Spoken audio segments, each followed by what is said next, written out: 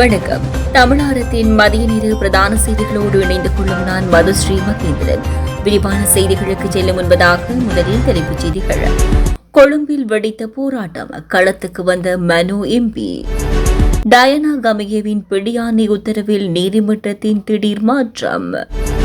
யாழில் வீடொன்றில் பல்கலைக்கழக மாணவியுடன் சிக்கிய மூவர், அதிர்ந்து போன அயலவர்கள். உயிர்த்த ஞாயிறு சம்பவம் எனக்கு எதுவும் தெரியாது, கையை விரிக்கும் கோட்டபாய. வீட்டை விட்டு வெளியேற கூறினால் நீதிமன்றம் செல்வோம், மஹிந்த தரப்பு மிரட்டல். நியூ ரங்கநாஸ் தங்க சுரங்கம், Markham and Steeles, 6055 Steeles Avenue East, C102. தொடர்பென விரிவான செய்திகள். கொழும்பில் சட்டமா அதிபருக்கு எதிராக போராட்டம் நடத்தப்பட்டுள்ள நிலையில் போராட்டக் களத்துக்கு நாடாளுமன்ற உறுப்பினர் மனு கணேசன் வருகை தந்திருந்தார். குறித்த போராட்டம் இன்றைய தினம் சட்டமா அதிபரின் திணைக்களத்துக்கு முன்னால் நடத்தப்பட்டுள்ளது.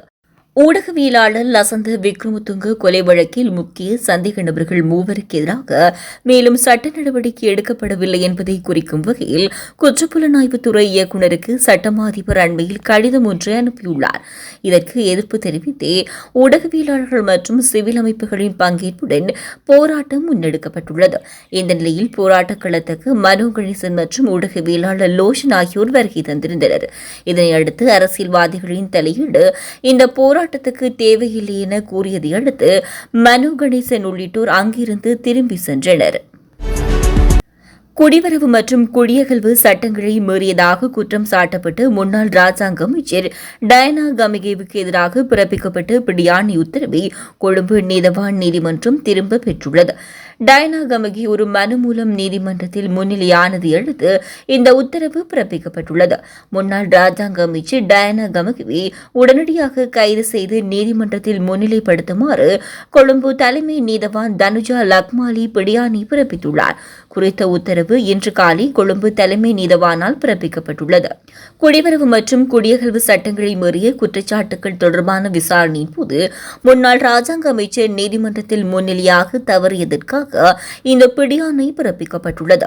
செல்லுபடியாகும் விசா இல்லாமல் இலங்கையில் தங்கியிருந்தது மற்றும் குடிவரவு மற்றும் குடியகல்வு அதிகாரிகளிடம் தவறான அறிக்கைகளை வழங்கியது உள்ளிட்ட குற்றச்சாட்டுகளின் கீழ் டயனா கமகே மீது குற்றப்புலனாய்வுத்துறை 7 குற்றப்பத்திரிகைகளை தாக்கல் செய்திருந்தது.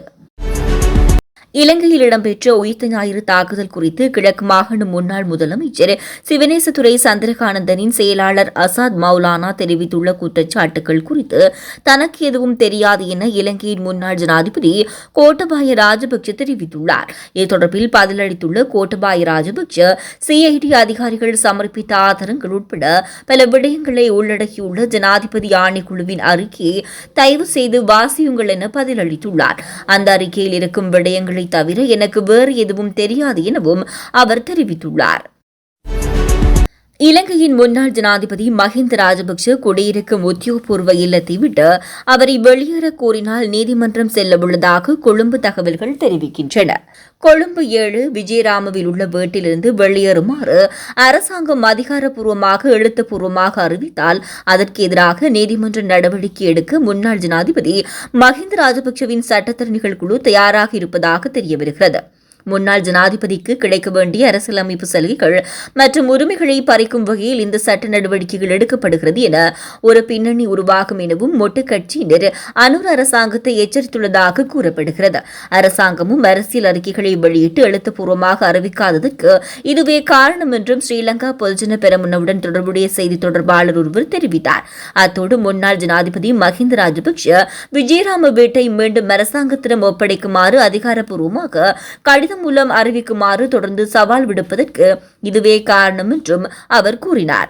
அதேவேளை அரசாங்கம் அதிகாரப்பூர்வமாக அறிவித்தால் விஜயராம வீட்டை விட்டு வெளியேற தயாராக இருப்பதாக ஸ்ரீலங்கா பொதுஜன பெரமுனவின் செயலாளர் சட்டத்தரணி சாகர காரியவசம் கடந்த 3ஆம் தேதி தெரிவித்திருந்தமை குறிப்பிடத்தக்கது.